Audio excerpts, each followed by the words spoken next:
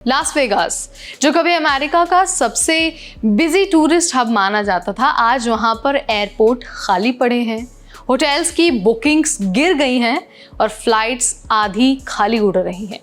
तो क्या अमेरिका का टूरिज्म डाउन हो रहा है और क्या इसकी वजह सख्त immigration policies, high visa fees और टूरिस्ट के साथ किया जाने वाला बर्ताव है?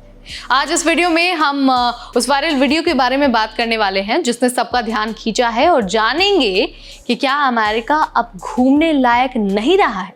चलिए आपको सब कुछ बता देते हैं बहुत आसान भाषा में।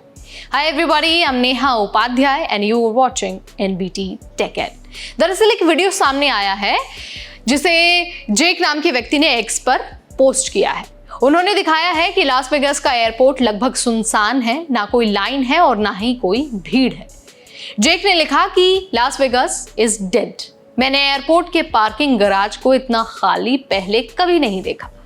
उनकी फ्लाइट यूनाइटेड एयरलाइंस की थी और प्लेन 1/3 से भी कम भरा हुआ था। अब सिर्फ देखिए, ये एक वीडियो नहीं है बल्कि आंकड़े भी यही कहानी बता रहे हैं। होटल ऑक्यूपेंसी 6.5% कम हुई है। एवरेज रूम रेट $194 से घटकर $163 हो चुका है और लास वेगास एयरपोर्ट पर ट्रैफिक में 41% की गिरावट हुई है। और ये कोई छोटी मोटी गिरावट नहीं है, बल्कि ये सीधा सवाल उठाती है अमेरिका के टूरिज्म सेक्टर पर। तो आखिर क्या वजह है कि दुनिया भर के टूरिस्ट अब अमेरिका आने से बच रहे हैं? अब देखिए, सबसे पहले बात करते हैं वीजा प्रोसेस की।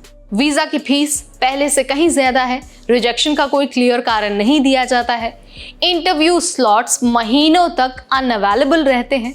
वहीं दूसरा कारण है इमिग्रेशन पर बुरा एक्सपीरियंस। अब देखिए, बहुत सारे ऐसे टूरिस्ट हैं जिनका ये कहना है कि एयरपोर्ट पर उन्हें बेवजह रोका गया, कुछ मामलों में डिटेन किया गया और कई बार ऑफिशियल्स का जो बिहेवियर है वो अपमानजनक रहा है। एक यूजर ने लिखा कि हम छुट्टियां मनाने आ रहे हैं लेकिन महसूस होता है जैसे किसी इंटरोगेशन में है। और कुछ लोग तो अब अमेरिका की बजाय जापान, यूरोप या फिर यूएई जैसे देशों को चुन रहे हैं जहां पर वीजा भी आसान है और स्वागत भी बेहतर है। अब बात करते हैं उस बड़े कारण की जो इस पूरे संकट के पीछे है, यानी कि यूएस की इमिग्रेशन पॉलिसीज। अब देखिए, 2025 में ट्रंप सरकार ने कड़ा रुख अपनाया है। टूरिस्ट पर ज्यादा जांच, कुछ देशों पर ट्रैवल बैन्स, आइस की सख्त कार्रवाई, फोर्ब्स की रिपोर्ट और world travel and tourism council यानी कि WTTC के डेटा। इस डेटा के अनुसार 2025 में अमेरिका एकमात्र ऐसा देश है जहां पर इंटरनेशनल टूरिस्ट की संख्या घटी है। $12.5 बिलियन का नुकसान हुआ है और ये जो नुकसान है वो सिर्फ इंटरनेशनल स्पेंडिंग में हुआ है।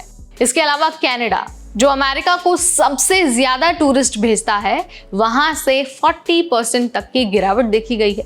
यह सीधा इशारा करता है कि यूएस की कड़ी इमिग्रेशन नीति और टूरिस्ट ट्रीटमेंट अब देश की इकोनॉमी पर असर डाल रहा है।